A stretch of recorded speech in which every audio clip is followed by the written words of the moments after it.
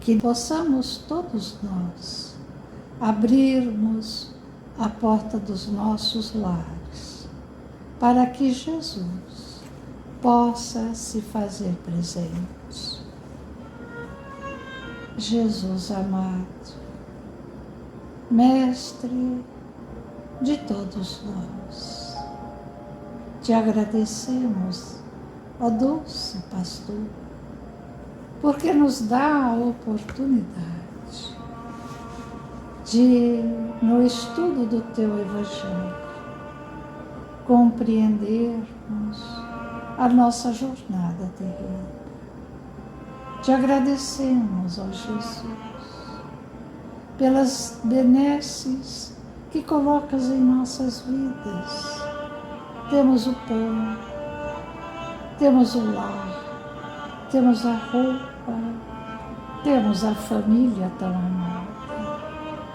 Senhor, que as bênçãos do Teu amor venham a envolver a toda a terra, venham a amparar a todos os nossos irmãos, a todos os que fogem das guerras, aos que se lançam aos mares em busca de um pedaço de pão e de mar, aos que perambulam pelos caminhos da terra sem lar, sem abrigo, sem pão.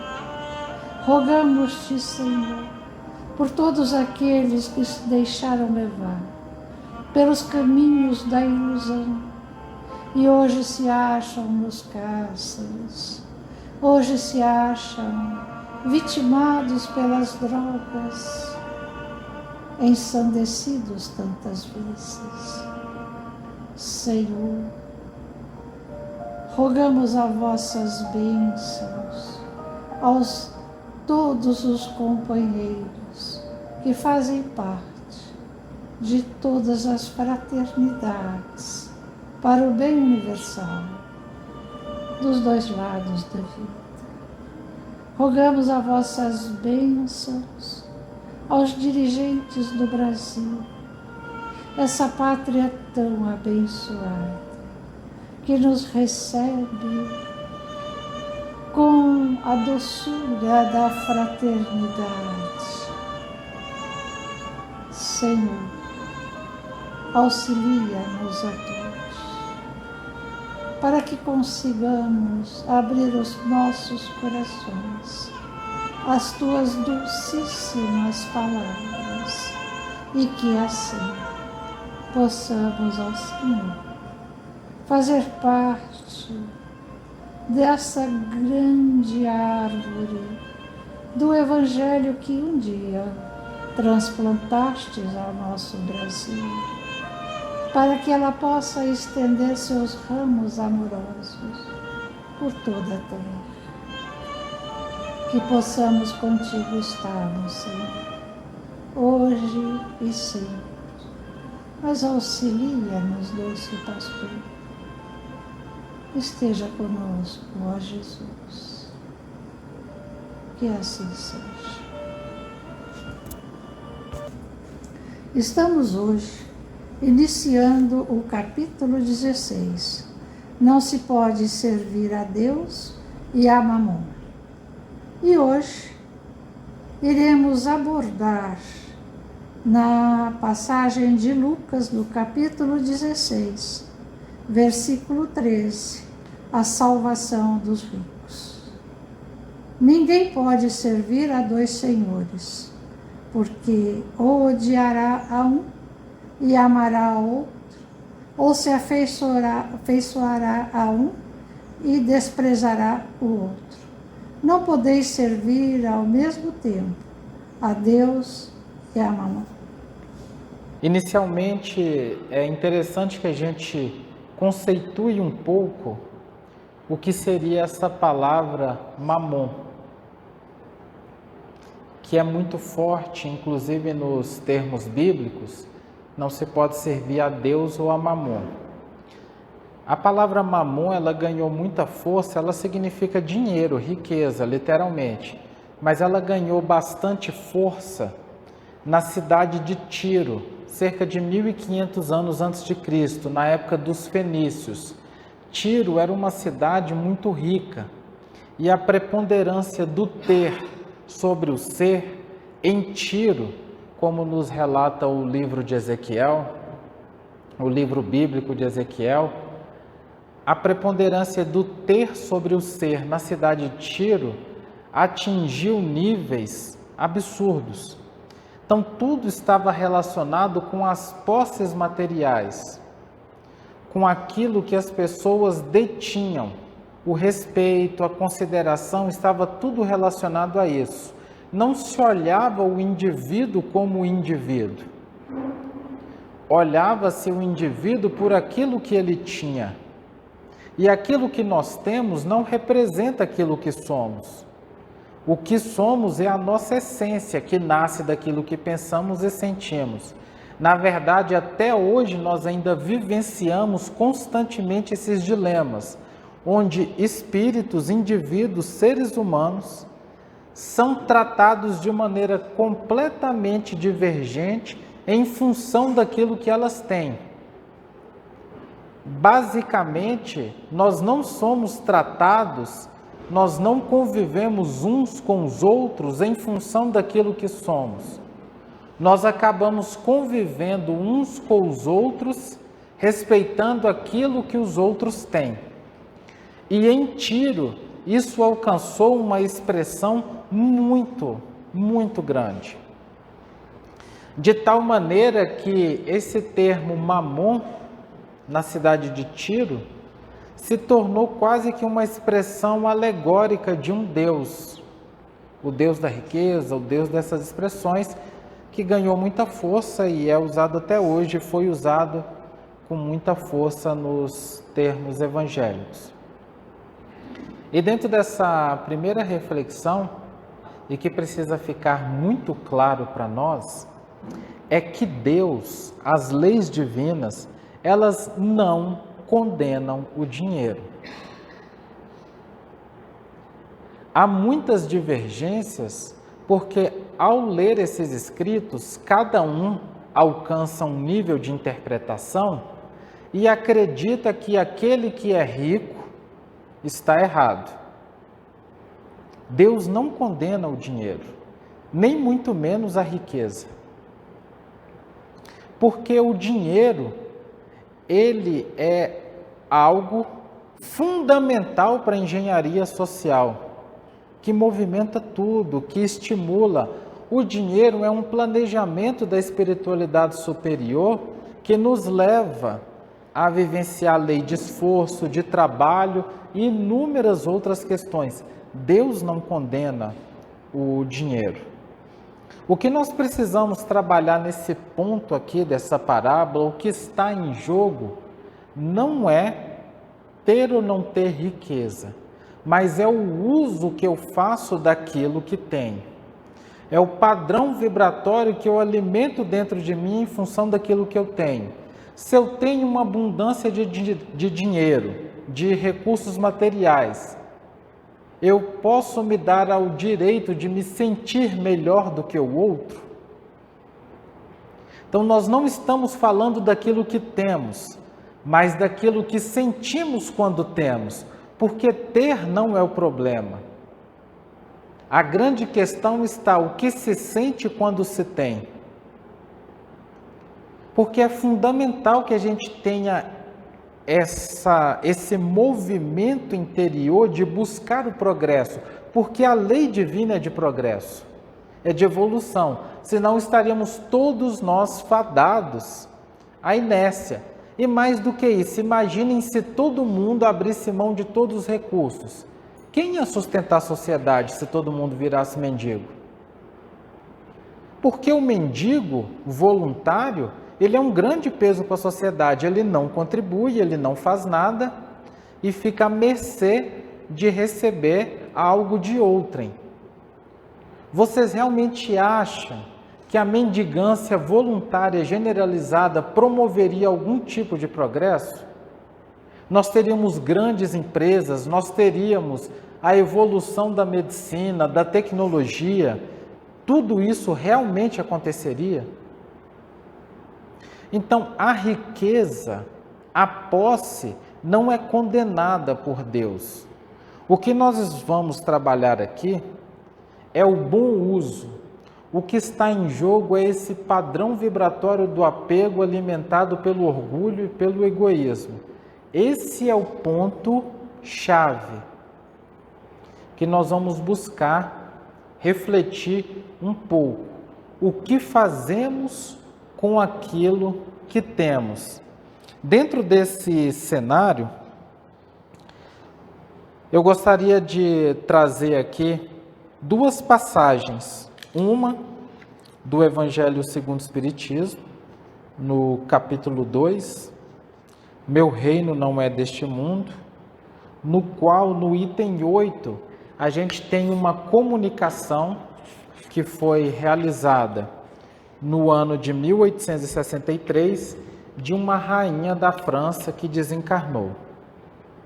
Ela foi muito rica, muito poderosa.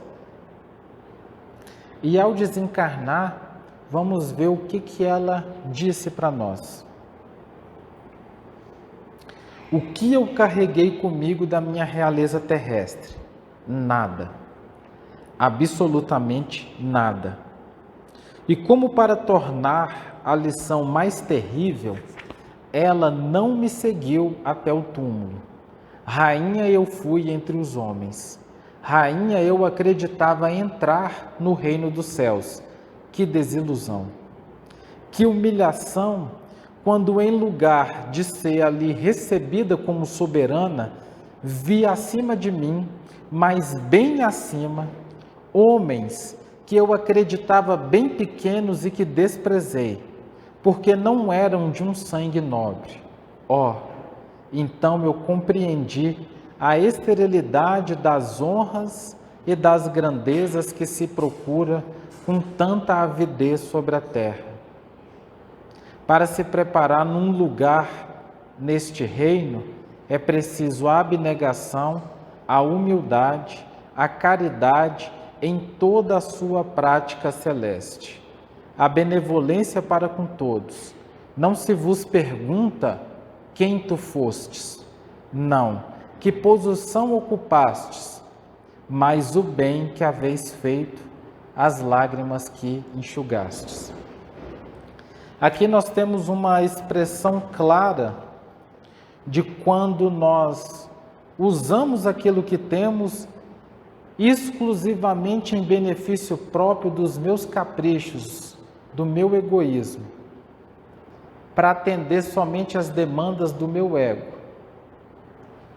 Os caprichos do orgulho e do egoísmo, eles nos trazem um prazer, nós não podemos mentir, mas é um prazer fugidio e que tem consequências funestas. E a gente fica numa busca enlouquecida, porque assim são os prazeres do orgulho.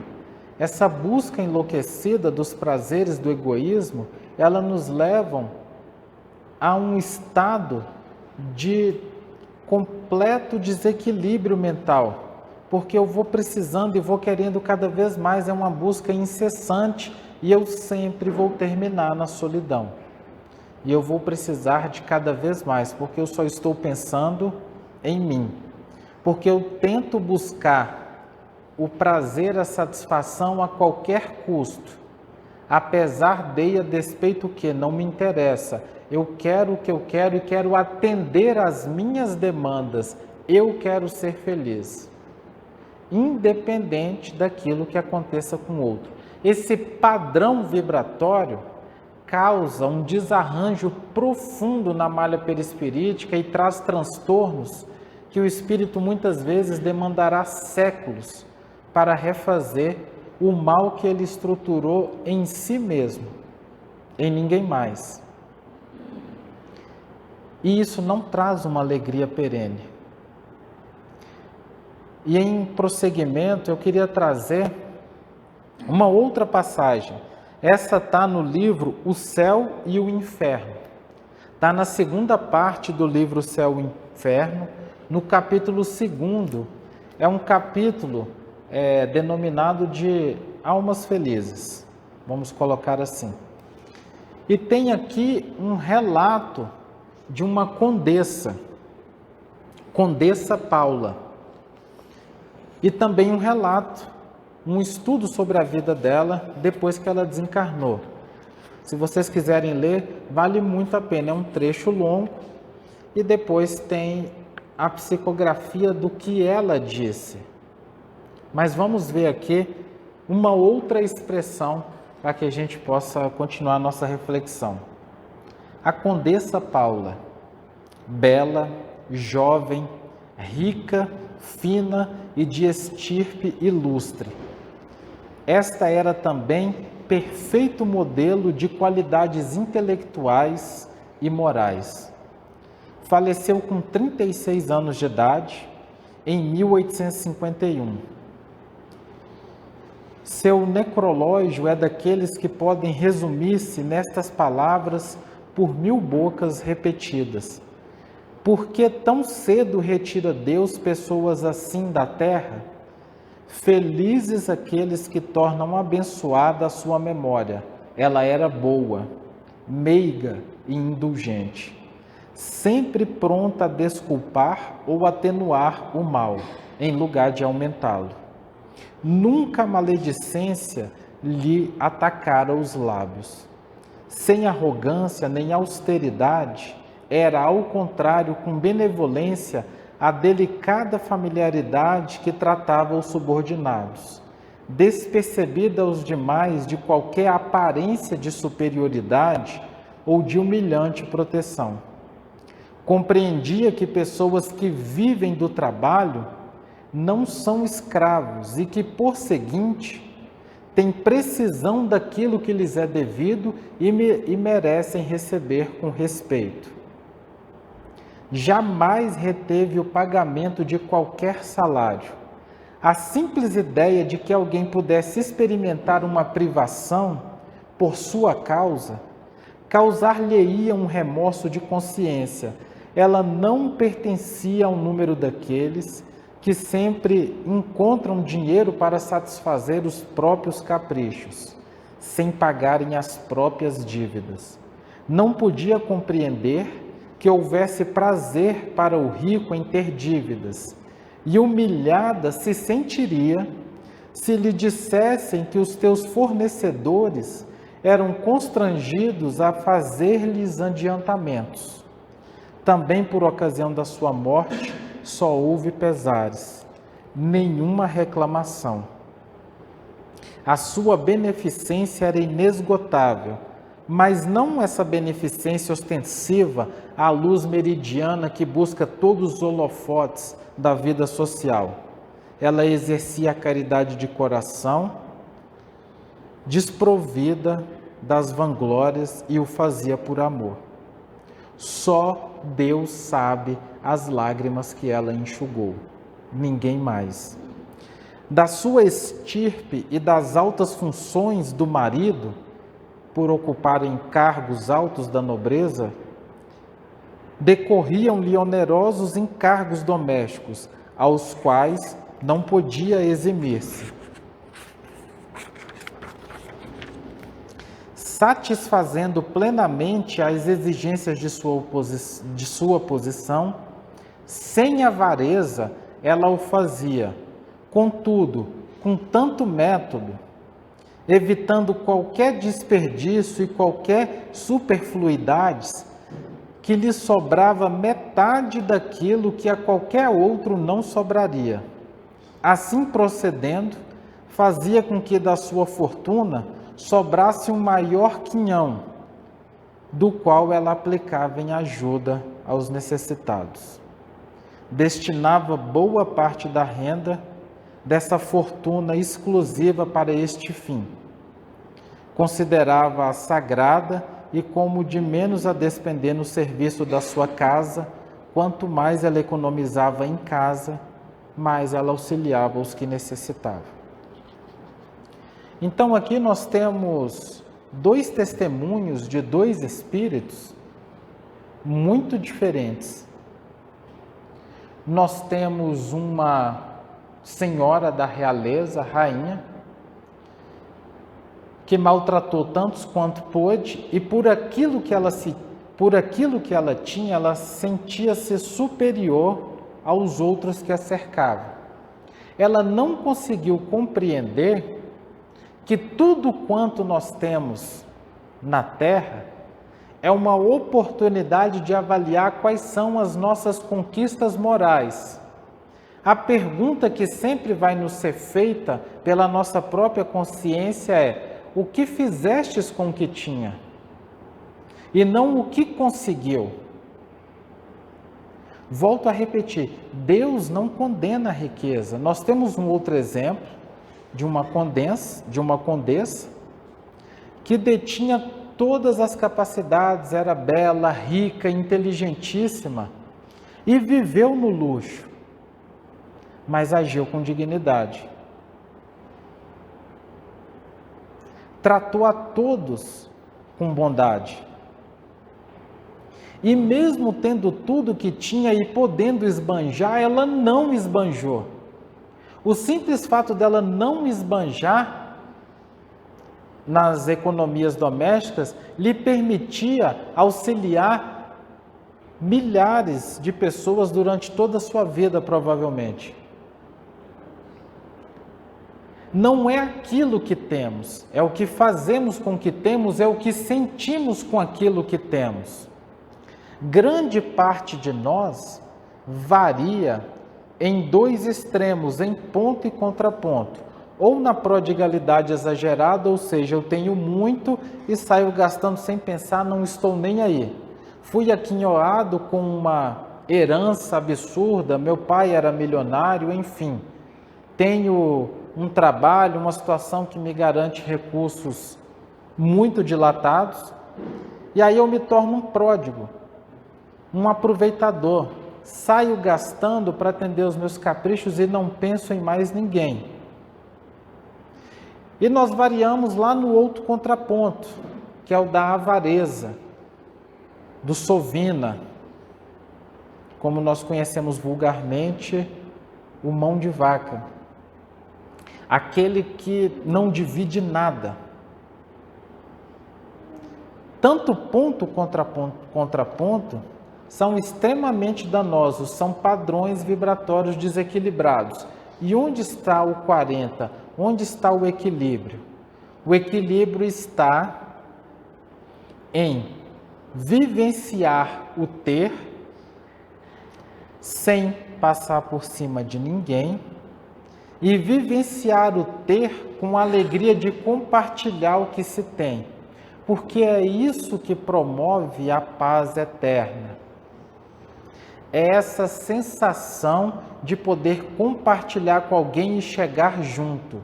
Qual a alegria que se tem em chegar no topo sozinho e olhar para o lado e não poder dividir com ninguém, não ser aplaudido por ninguém, não receber o amparo de ninguém.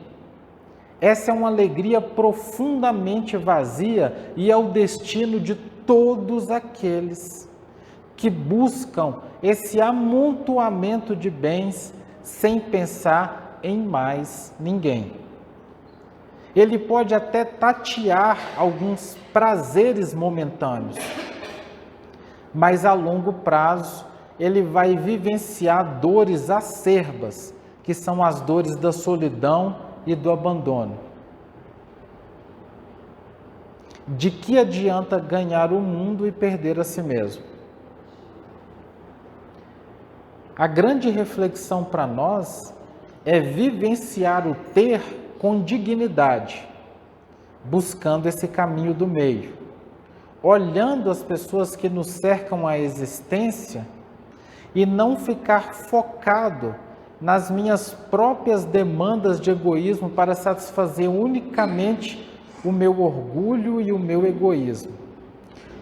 Tudo que acontece na existência tem uma finalidade educativa. Por isso que nós temos pessoas com menos recursos materiais e pessoas com recursos materiais exagerados. Tudo é educativo, tudo.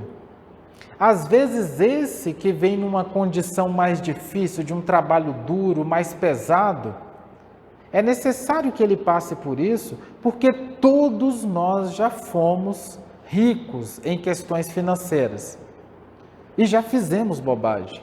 Todos. Às vezes é necessário que a gente venha numa condição mais dura para, numa outra existência, novamente vivenciar a prova da abundância. A prova da abundância é uma prova dificílima, porque comumente nós nos perdemos. Tanto é que Jesus, de maneira simbólica e profunda, nos falou: é mais fácil um camelo passar no buraco de uma agulha do que o rico entrar no reino dos céus. Entenda esse rico, aquele que vive em abundância de qualquer coisa, de inteligência, dinheiro, porque todas as vezes que nós estamos em abundância, invariavelmente a gente acaba se sentindo melhor. Se eu domino mais uma técnica, eu me sinto melhor que o outro. Estou perdendo a minha encarnação. Se eu falo mal daquilo que o outro faz na minha atividade, estou perdendo a minha encarnação, porque estou julgando o trabalho do outro, estou fomentando esse orgulho em mim. Cada um de nós vivencia a sua prova, por mais que possa parecer até algo diferente para nós ouvir isso, mas ser rico de recursos materiais ou não ter recursos materiais não tem diferença nenhuma.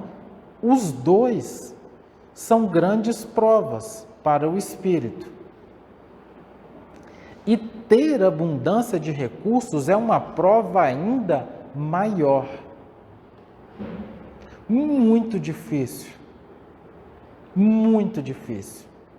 Estar em abundância de qualquer coisa, de poder, de beleza, de inteligência, de dinheiro, é uma prova dificílima, porque a chance de perdermos por completo a nossa encarnação, ela é enorme. E aí nós nos perdemos na abundância, viemos com a oportunidade educativa de vivenciar a falta.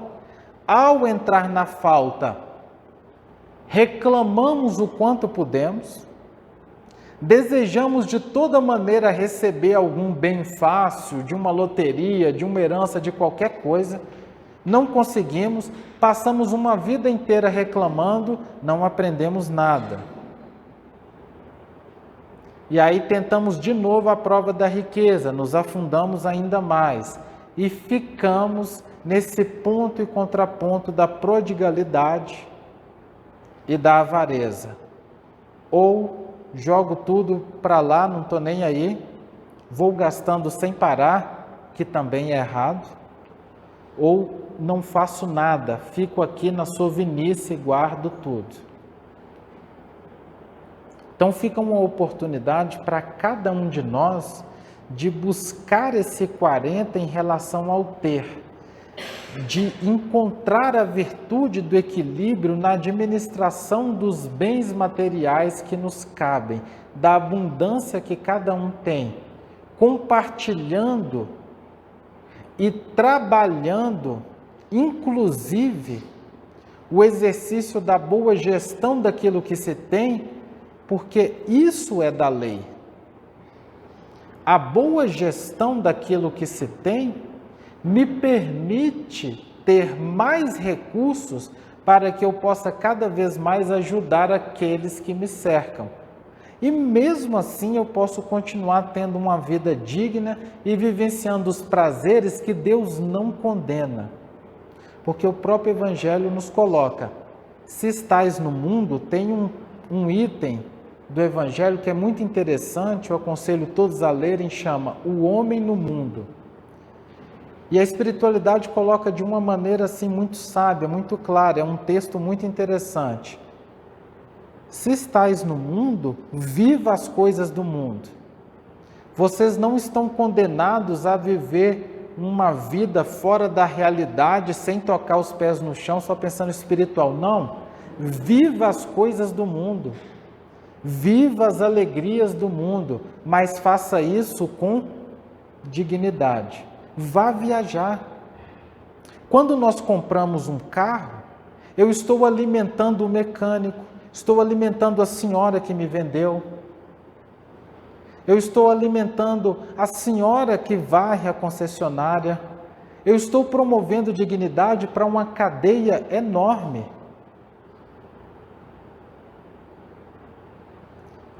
O grande ponto que deve ficar no nosso coração é essa busca do caminho do meio, de usarmos com dignidade aquilo que temos e superar em nós que o ter não influencia no ser, não deve influenciar no ser.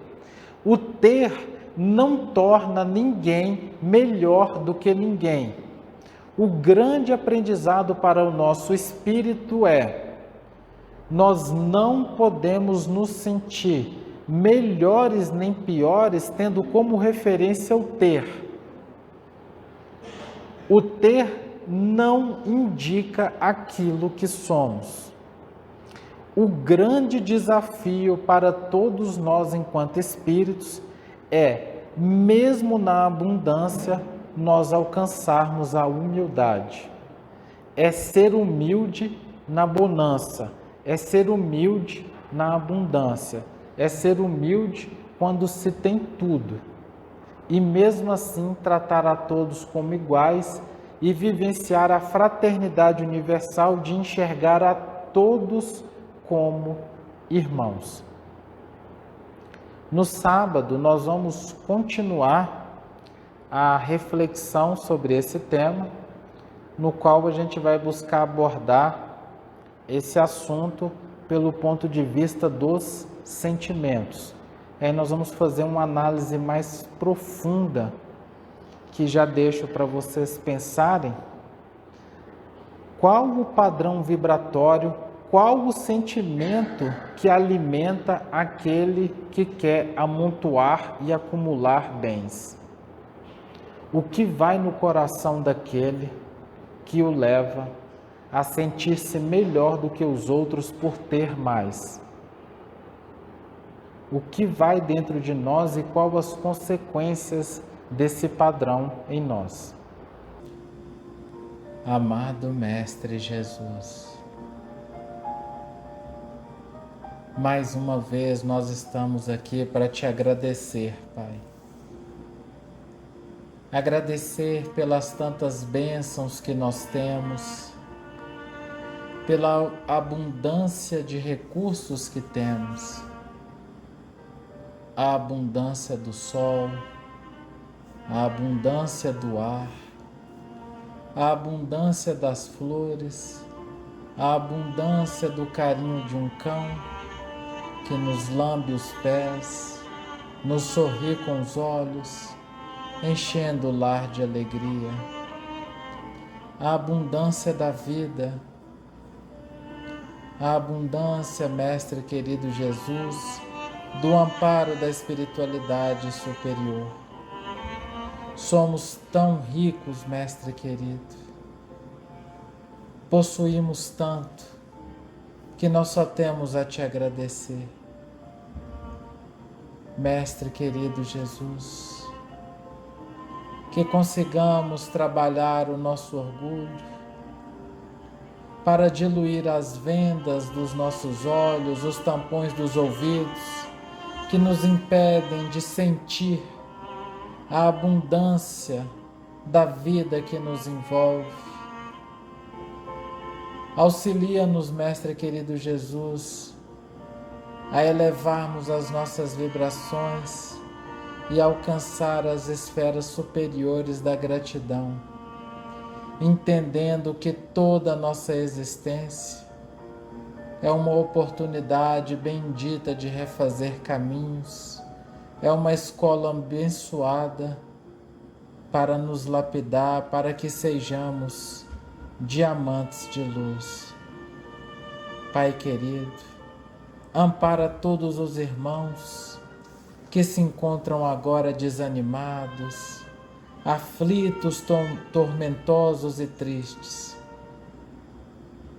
Ampara todos aqueles que sentem-se deprimidos, para que eles percebam que eles estão apenas distraídos que se eles mudarem o olhar, verão como a vida é rica e como são belas as oportunidades que o Senhor nos dá para que sejamos todos felizes. Amado Mestre Jesus, que as tuas bênçãos de amor continuem a envolver toda a terra e que todos nós possamos trabalhar os nossos pensamentos e sentimentos para entrar na sintonia dessa paz universal e, estruturando esse amor dentro de nós, sejamos pontos de luz a espargir serenidade, tranquilidade, felicidade por onde passarmos. E dessa maneira, todos juntos, iluminaremos toda a terra, construindo o novo porvir. Sê conosco, Mestre querido Jesus, para que cada vez mais consigamos estar atentos ao belo, tirando o olhar do chão e olhando para as estrelas, sintamos a plenitude do teu amor. Que assim seja. Que assim seja.